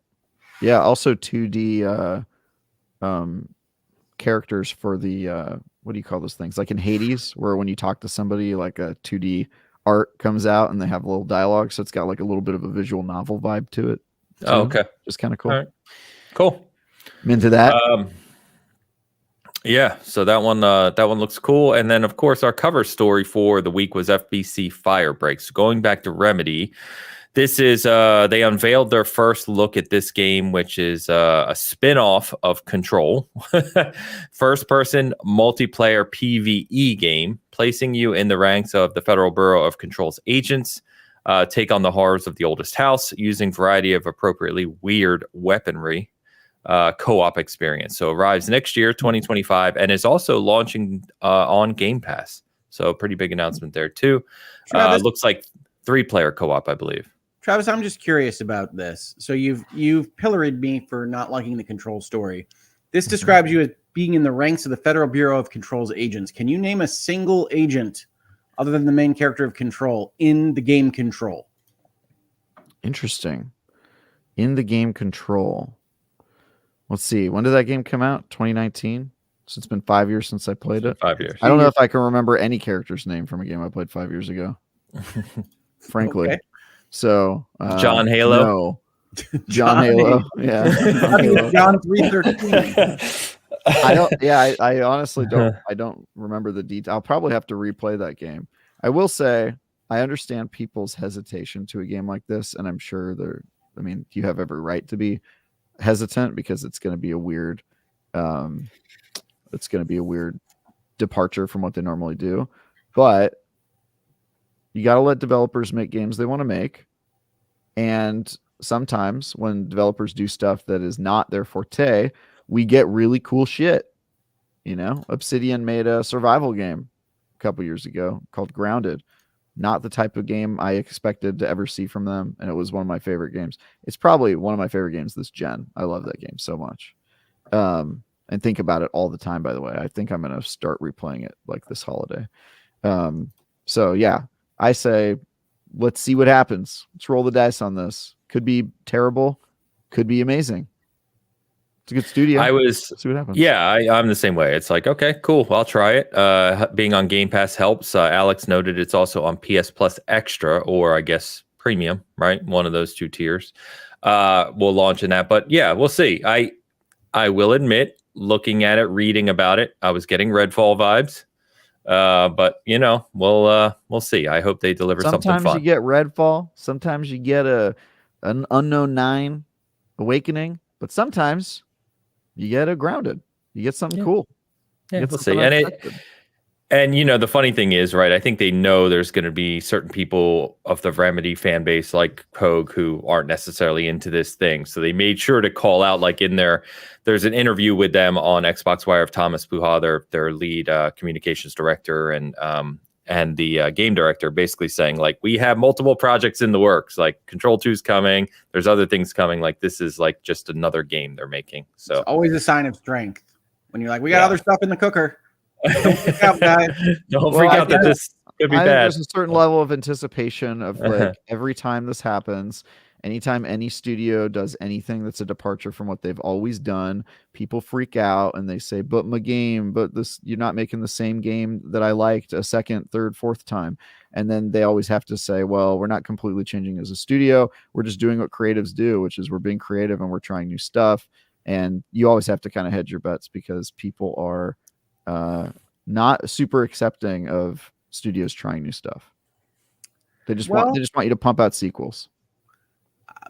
I want you to pump out greatness. So if this is great, fantastic. I'll be there. You know, I will. I'm just not going to sit here and hype for something that is very unlikely to be great, in my opinion. So yeah, we've got a game. I believe unlikely. What are you basing that on? Your gut? What am I basing this on? It's a spin-off of a spin-off in a genre that I'm not interested in that has a trailer that doesn't look interesting with no hook. So that's what I'm basing it on. Okay. I do think, given the vibe on this show of Control and this debate around just Remedy and multiplayer and new experience, and this is 3-player co-op, I think it's time that we do the 3-player co-op stream of this when it launches. You guys always set this up and then you complain about when I go to bed. So I don't know. Well, yeah, you are going to have to stay up past 8 to play, but come on, we can do it. It's not 8. But you keep trying to contact me at like 10 p.m. What time do you go to bed? Let's do bedtime talk. Who here has a regular bedtime where they go to sleep like consistently? Hogue, you strike me as recently had a medical event that is trying to be controlled. Okay. Sorry, I wasn't asking for excuses. What's your bedtime, bro? 9:30. 9:30 p.m. Oh my a.m. God, that is crazy. What time do you wake up? Well, even better. That's 6:30 for you because you're. I know, dude. So we will. We'll have to play on a Sunday. We'll play on a Sunday. Wait, Hogue, is that a new bedtime for you? Is that normal? That is a post-stroke bedtime for me. Hey, we're done with the bedtime talk. We're moving on. I know. Wait, no, Ains, I haven't even gotten to you yet. So before your stroke, what was your bedtime? And did you have one, or did you just kind of play fast? No, it was not a bedtime before the stroke, but again, had a stroke. No, it was like 11 or midnight. Always with the stroke. Ains, what's your bedtime, dude? What time do you go to bed? Do you have a hard bedtime? No, usually around 1. Yeah, you just call it. You just call it when it happens. On weekdays, you're going to bed at 1. On weekdays, usually. What time you wake up for work? Anywhere from 6:30 to 8, depending on if I'm working at home or what I got scheduled. Yeah, that's good, man. So sometimes you're getting good sleep, sometimes you're not. Yeah, I go to bed early, like once a week. You know what I mean? You get that 9 p.m. catch-up day, but otherwise, damn, that's like okay. Oh yeah. I don't get that day, unfortunately. Yeah. Sorry, moving I'm on. Seasoned here on Seasoned Gaming. Guys, this is we got Sunday afternoon here. Sunday afternoon stream. We're do it. Mark your calendars. FBC Firebreak. We're doing this. Well, you got to avoid the Lions game then. Wait, it's this Sunday? No, it doesn't come out till next year. I was about to say, what the hell? How does he already know what football game is playing at that time? The Lions play Sundays at 1 almost all season. Yeah. Oh, okay. So wow, that's fine. That's fine. We'll work it out. All right, moving on. So another small game here, Legend of Babu, action adventure game with a dog called Babu. Sure, it's there. Check it out. Yeah, okay. I don't know anything about this. So close to making it more interesting by making it a baboon. No, but just Babu. Yes, you got to stop it. We did get to see more Like a Dragon Pirate Yakuza in Hawaii. So some naval battles there. Obviously, that's coming out in the crazy week of February where like 9 games are releasing now. So they did move, though. I think they the ones that announced they moved a week forward to get away from Monster Hunter Wild. I don't know. Did you see that? It's probably a good idea. Yeah, I'm pretty sure it was them. Some game came out and basically said, yeah, we're getting away from Monster Hunter Wild, and they're releasing like a week earlier. I'm pretty sure it's Like a Dragon. I will say, I think we've seen too much of that Yakuza game. Yeah, just let it come out. The trailer was like 10 minutes of content. Like I felt like I watched the entire content of that game and story based on that trailer. I feel like we needed to check in with Dan on this. You know, Oh, this is going to be a fantastic game, and Dan is all in. I am sure. Yeah, no doubt. Pirates, which you know I love, and the Yakuza series, which I obviously love. So this is going to be fantastic. Well, how do you like Pirates, Hogue? Can you remind me again? Yes. What is it about Pirates that you like? I don't want to have to mute both of you. The show will get very boring. There's a lot of pirates in New World Eternum, which you heard me discuss earlier. Great. And of what course, else? there's a lot of pirates in Skull and Bones. Never played it. Tell me about it. I will tell you about Mistfall Hunter. A little bit. Okay. So this is supposedly a mix of Souls-like and Extraction game with mages that you will fight monsters and men in a mysterious new fantasy world. I love what you said. That's what it says on the tin. The way you said I don't know. You said monsters and men. Like you were like well, because I read it and I'm like, oh, it's just men. Okay. No, men. I felt like you were like raising the stakes on me. Like, let us hunt the most dangerous game, man. You know, it's like one of those. Like, it's really good. I like that a lot. It wasn't even intentional, but it did come across that way. So there you go, Mistfall Hunter. And the way they described this made it sound like the game I talked about, Witchfire, which excellent game. I'll continue to recommend it. So I don't know what they're going for here, but we'll see more of this in the future, I'm sure. The one I've really liked the look of just because I love different things like this is Mouse PI for Hire. So this is the one that's black and white FPS, looks like basically an old school Mickey Mouse cartoon, but you're running around shooting things. I didn't hear anybody say Mickey. Well, I mean, I'm going to say it. We'll get copyrighted, whatever. Say Steamboat Willie. It's just Steamboat a generic cartoon mouse with a Tommy gun. I don't know what to tell you. It's a Steamboat Willie cartoon. You can say that. That's public domain, homies. But this looks great, man. I've really been interested in this ever since I first saw it. I hope it's good. They've taken a while to build this out. This got announced like a year and a half ago. Well, a while ago. So coming next year. Travis review game, personally. Cool. Let's do it. I think I'm gonna end up on that one. I'll review it with you. Cool.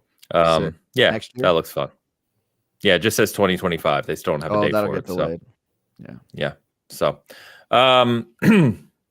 Phasmophobia, which is a popular horror game that released on Steam, I believe. Was it earlier this year or last year? It's been a little while. That's coming to console on October 29th here, so next week and a half from now. And that is a very highly rated co-op horror game. So Xbox and PlayStation finally get that just before Halloween. Subnautica 2. Is it you, Ho, who has talked a lot about Subnautica, or am I misremembering? It's a good game. No, Subnautica is my favorite of the survival crafters. Okay. All right. So we got the updated look at Subnautica 2. It's launching into Xbox Game Preview next year in 2025. Also confirmed that this one will have co-op as well. So I don't know much about Subnautica. I have not played it. So what do you think? I'm not interested in playing it co-op, and I'm definitely not going to play it in game preview. So it'll be a little bit longer for me.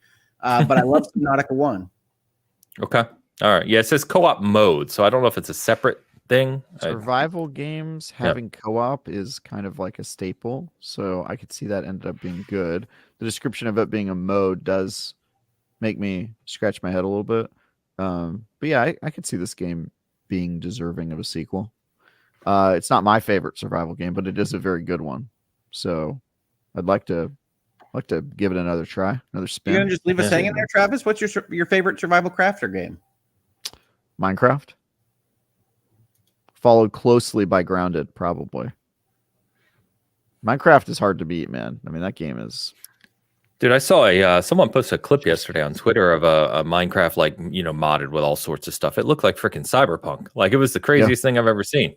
Yeah, Minecraft goes so incredibly hard. And every time I think I'm done playing it, somebody comes out with something, or they update or add like a mob or whatever, and then I just end up spending like 200 hours in it. It's like I never played it before. It's crazy how much you can get sucked into that game. But yeah, Subnautica 2. So it feels like they've been working on that one for a while. So we'll see what hopefully that lives up to the first one. A couple other games to talk about. We got Wheel World, which was previously known as Ghost Bike. So Wheel World sees you retrieving and fixing the last of the ghost bikes. As are we supposed to know? Ghost Bike is a better title. I think you're right. I like Wheel World. Do you?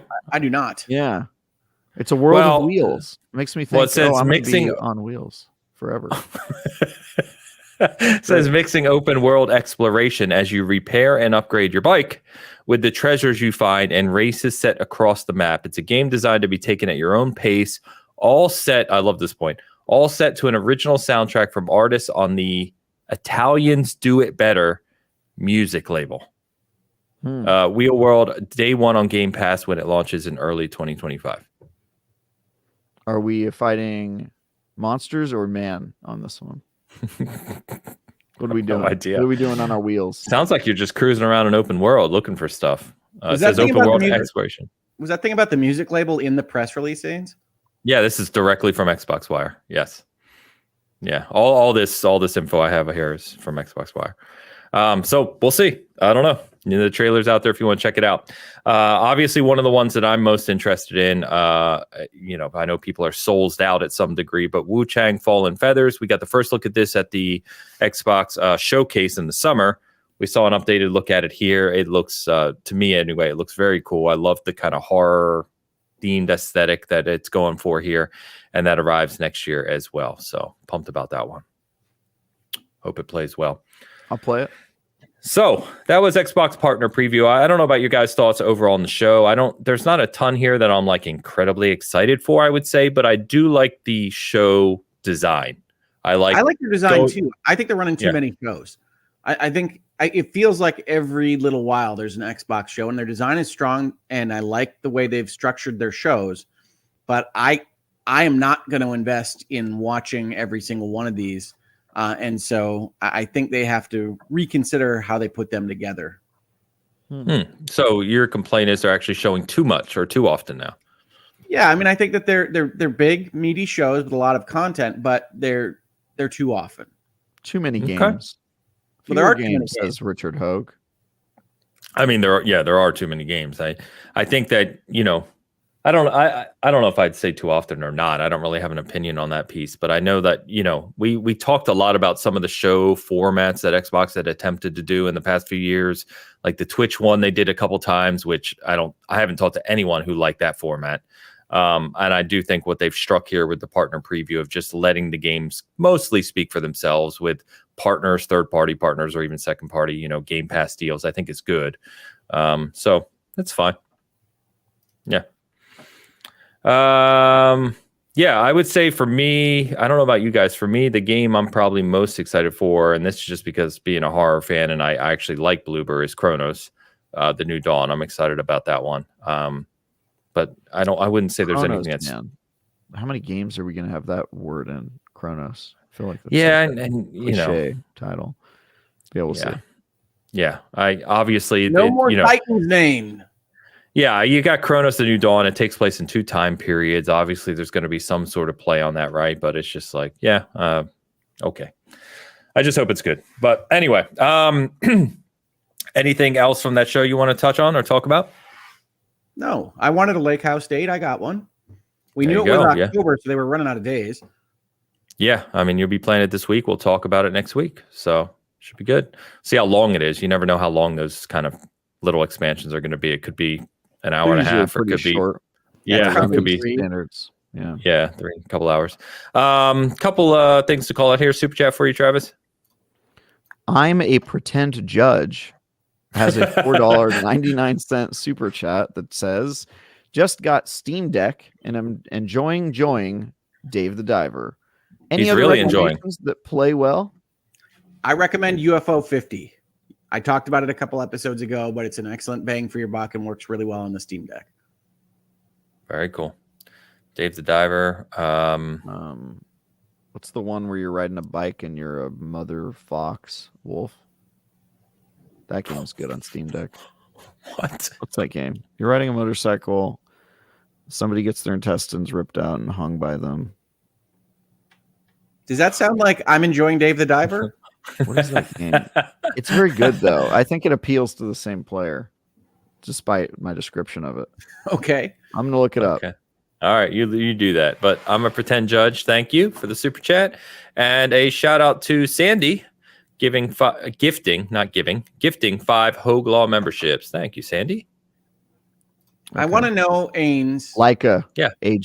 Aged Through Blood. I recommend that game on Steam. In your mind, what is the difference between giving and gifting?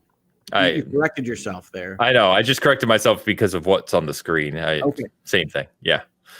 Yep. He just felt peer pressure from the screen to read their words verbatim. That's it. He's a follower. He's a bit of a follower, that Ains. Not a rebellious spoon in his body. I've gotten old, man. Yeah. So the only other thing I want to mention today, as we've talked about a bunch of games, is Surgent Studios. So you may remember them from Tales of Kenzera, Zao. They announced that they've been put on redundancy notice. So, they had previously announced that they are working on their next project. A couple quotes from the studio head there saying, "We've decided to put the work of the Surgent Games division on hiatus while we secure funding for our next project. In the meantime, we've unfortunately had to put our team on notice for redundancy. Our team has created a prototype for this bold new project. It's darker, edgier, more visceral than our first game, but it retains all of Zao's high-octane combat and cultural depth. We're looking for a partner." So I think we talked about at the time when Zao released, because I did play that one at release too, that,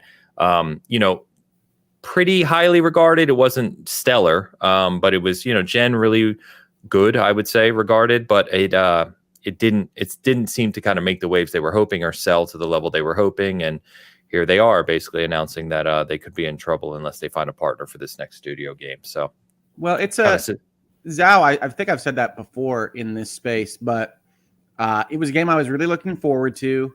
I really think Lost Crown ate its lunch. They were released very, very much in the same time frame. And Zao wasn't as good. It's not as good as Lost Crown. No. And so that's just the unfortunate fact of markets and release dates. But I like Zao quite a lot. I went back to it recently this month, I think even maybe a month ago. And it's a good game. It deserves to succeed. But I also think it was funded and published in part by EA Originals, right? It was. EA doesn't know what they're doing with that label. Like they funded and helped make a lot of good games that those studios are then left to the wastes and have to figure out their own way forward. And I think this is that again. Yeah, the EA Originals label has been a weird one. It's kind of has been all over the place. I like the idea of it, of course. Yeah, their games haven't been bad by any stretch of the imagination. They've had some hits. I think they have a good track record of which games they fund and end up on that program. We got It Takes Two. Takes Two is probably their most successful. That got announced. It's past 20 million sold. Did you see that? It was Game of the Year. What's funny is I'll still get people like non-gamers or like ultra casual gamers who bring that game up to me like, oh, my wife and we're not really into games, but like we're playing that one. So like that game has broken through, I think, the lexicon of like gamers into yeah. I think people play it. Yeah, it's a beautiful game. Really well done. So I know Joseph Ferris was talking about, they're ramping up to show their next project. Wouldn't surprise me if we see it at the Game Awards, given the history there. So we'll see. He does like that. Yeah. Yeah, so we'll see on Zao. You're right. You're totally right about Lost Crown. Absolutely amazing game. If you're into that genre, Lost Crown was stellar. So the only other thing that kind of got announced this week is PlayStation, stretching their PC reigns further. So Spider-Man 2, Hogue's story of 2023, is coming to PC in January with all the normal kind of stuff you expect on PC, right? Ultra wide support, the features that you expect on PC. So PlayStation continuing their kind of stretch, post-release on the console over to the PC world. But they're looking for money anywhere they can find it. But yeah, I think the big announcement from at least my social media circle was that Insomniac, as part of this, said that there's not going to be any DLC when there was DLC for Spider-Man 1. And again, I don't think that's any loss to the world, because I don't think Spider-Man 2 was one of Insomniac's better efforts, but it is still notable that they aren't going forward with any DLC for their game that was obviously very popular on the PlayStation. Yeah.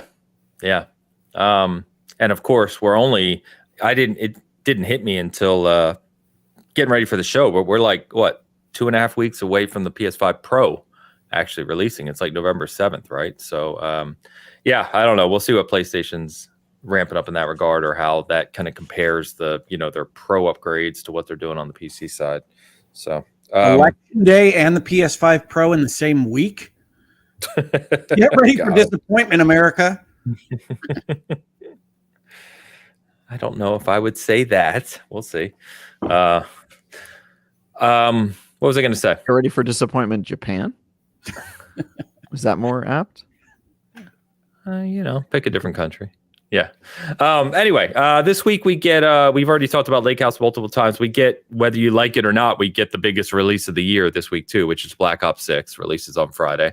So I would probably assume are you going to play that at all, Travis? Hell yeah. Okay. It's on Game Pass, right? Yeah, that's the only reason I'm going to be playing it. Let's do some zombos. I'd be down for that. Yeah, I'd probably enjoy that. I played the beta. I've already commented on the show. The multiplayer shooting Zimbles really my thing. In their face. Yeah, hopefully it's good. It's supposed to. I mean, this is the first Call of Duty we're getting in a few years that has been part of the original scope and plan for their release, right? Because they kept shuffling things all over the place for a couple of years. So this one should be kind of the fully featured package that more traditional Call of Duty package, zombies, full campaign, multiplayer, etc. But I will wait for the review that establishes that the campaign is 5 minutes long or whatever time they think they can get away with now. Then I will say, okay, I'll put that in my back pocket of another thing to not care about. But if it gets better than that, I will play it. I enjoyed Call of Duty for a while in the middle of its kind of popularity, but they haven't delivered what I'm interested in playing in a first-person shooter in a long time. To be fair, they also haven't really delivered what other players have been wanting. I mean, that's what I mean. Yeah, the review scores for Call of Duty have been pretty bad. They're almost getting to the point of like Madden, games and the big sports games that have just been sort of letting it slide for lots of years. Travis, you say that, and you're talking about reviews and review scores. They're still, Madden included, the most popular, highest-selling games in gaming. So they appear to be meeting players where they live. They're selling, but they're also leaning into like meager expectation from the player. Just because they bought it doesn't, like, from my perspective, all I hear people who buy those games is them complaining more and more every year. They still buy it. They still spend all their time with it, but they complain more aggressively and start talking more and more about like how, I'm not going to buy the next one and stuff like that. So like they're buying, but they're unhappy customers is my impression from everyone I know who plays these games. It's a culture thing. Call of Duty it's just, you buy it because you have friends that play it. And I can't tell you just anecdotally how many people I know who buy this game to play with friends who either like only play Call of Duty, or you have the people that only play Madden or FIFA, right? Or football club. They only play football club. And it's part of the annual release culture now.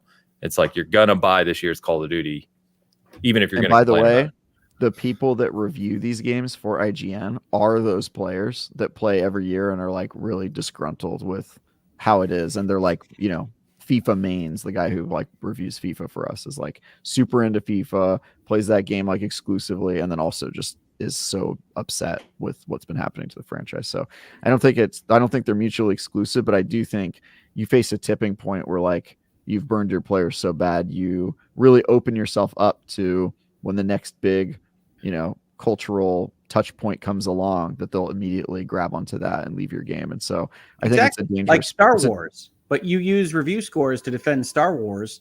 And so it's the same kind of thing. You have people on the ground actually experiencing their products, and you can lose the faith of your consumer market, regardless of the review scores, whether they're good or bad. I don't know if I understand your point, if there is one. But yeah, I think review scores are from normal people. So typically they align with what a lot of people feel. So there's a real shot for Call of Duty to be in trouble, is my point. It's a dangerous position to be in, especially since there's a lot of good competition in that space right now. I expect this to be the highest selling Call of Duty in some time. You're probably right. Yeah. And who knows? It could also be a good game. I'm just saying the trend has not been great for the franchise. Yeah. I mean, Black Ops, as we've said, Black Ops is the most popular title, I don't know, genre within the game, in Call of Duty. It's also the first Call of Duty launching on Game Pass, which for at least from an Xbox side will be pretty interesting to see what that does in terms of sales on the one platform. So because you remember you can play that on PC as well, right? So it's like, there's going to be the people who buy it on Steam or whatever, but you can play it on PC just through Game Pass as well. So we'll see. Just a See how quick much shout out that to. cuts into its numbers too, by the way. No, that was my Your point. of it. Yeah. Yeah. Like I don't. It's kind of hard to read what this one's going to do. I have no doubt that the player base is going to be unbelievably high. So just a quick shout out to Cherry Mills, remembering up on Hoag's side of the house. Thank you, Cherry. Sorry, Travis, go ahead. I'm gonna say, do you think the player base will be predominantly Xbox? No, I don't think so. I mean, the player base on Call of Duty is strong on everything, right? And they kind of cross-play is part of it. They kind of mix and match everything. Black Ops is going to be very popular kind of comeback. A lot of people are looking forward to this one. It's got the new movement system. Like I said, though, to your earlier point, Travis, about like the games have been kind of, I don't want to say mid, but they haven't really lived up to the Call of Duty expectation, at least in the past few years. But that's really primarily because of stuff going on behind the scenes, where they had this plan. They planned these games years in advance, and basically that plan got all kind of shuffled, and the studios were mixing and matching stuff. That's why you got this weird kind of fake campaign in Modern Warfare 3, and you got the reused maps and all this stuff. But this one is supposed to be kind of, this has been in development for years, Treyarch, and it's supposed to be kind of back to what you expect. So we'll see. Maybe it'll be good. Yeah, maybe. We'll see. We got Debbie Dubs in the house. Debbie Dubs offers $10 and writes, the 20th anniversary patch for World of Warcraft launches on Tuesday. Looking forward to the remastered Tier 2 sets, Judgment, etc., and the Tier 2 style sets for classes that didn't exist at the time. It's very in the weeds World of Warcraft post, but I respect it, Dub. I do as well. Yeah, we've got a couple of people at SG that are big WoW players, Debbie. So I'm sure they'll know what you're talking about here. I don't know what you're talking about, but I hope that if you're a big player of WoW, obviously that game has had its ups and downs. As I understand it, anyway, it seems to be in a very good place right now. So I hope it's good.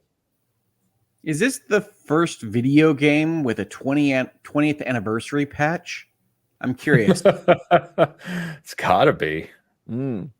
Games have had 20th anniversaries, but I don't know. There for sure hasn't been an ongoing game for more than 20 years. So yeah, this might be a pretty big milestone. Yeah. Even to Hoag's point, I don't think anyone's ever come out and said the game's 20 years old. We're updating it. You know what I mean? Like, yeah. Well, they've done like the game's 20 years old. We're remastering it and stuff like that, which is kind of in the same vein. But like, yeah, this is literally the same game with people who've had subscriptions for 20 years. That's crazy. Googleman says Anarchy Online is older. I don't even know what that is, unless I've forgotten what that is. But I didn't hear about their 20th anniversary. Googleman. So maybe you should Google Google what was their 20th anniversary patch like? Tell me that, and then we'll talk. Yeah, fair enough. But anyway, Deb, I hope it's good, and thank you as always for the super chat. I think that's good about wrap us up, boys. We're not going to blow goat it this week. Oh, well, we're just that good at running a professional operation. That's it. We've got it down to a science now. We'll never go over 2 hours again. That's a lie. So on the Season Gaming side of the house, I'll just quickly check out the Never review from Lewis. That's up both on the channel and on the site. And like Don super chatted in earlier, he's working on the Life is Strange Double Exposure review. We will also obviously be talking a lot about upcoming on Black Ops 6 and Dragon Age and those games. I think that's really kind of the big stuff on our side of the house. Yeah. So I'll pass it over to you, Travis. What you got? Let me see. I'm looking at my IGN review schedule here to see what my next review is. But you can read my review of Unknown 9 Awakening on IGN.com. You can... I can't talk about that. I'll talk about Batman next week, and I have doing another preview I can't talk about right now. And then, what else? What's my next review? I think it might be. We're not reviewing. I like that you ask us. We're not reviewing Date Everything, which I just want to say right now, like, that's a shame. It's a damn shame. Does that have a release date? Yeah, it's October 24th. I was gonna say I saw someone writing about it already. Yeah, something. All right, I'm in on Date Everything. That's not multiplayer, but I'm in. Hell yeah. So I'm gonna definitely play that one. But That's I'm not this week reviewing too. it. You guys gonna be ready to talk about it next Sunday? Yeah, dude. I'm We're definitely gonna gonna play that game. Yeah. Hogan and I are gonna Okay. come into this podcast holding hands to talk about Date Everything next week. So get ready. I do miss the fact that Hogue does not scratch your back anymore. Yeah, This setup doesn't, maybe I'll move upsetting, myself to the bottom and we'll switch it around. Yeah.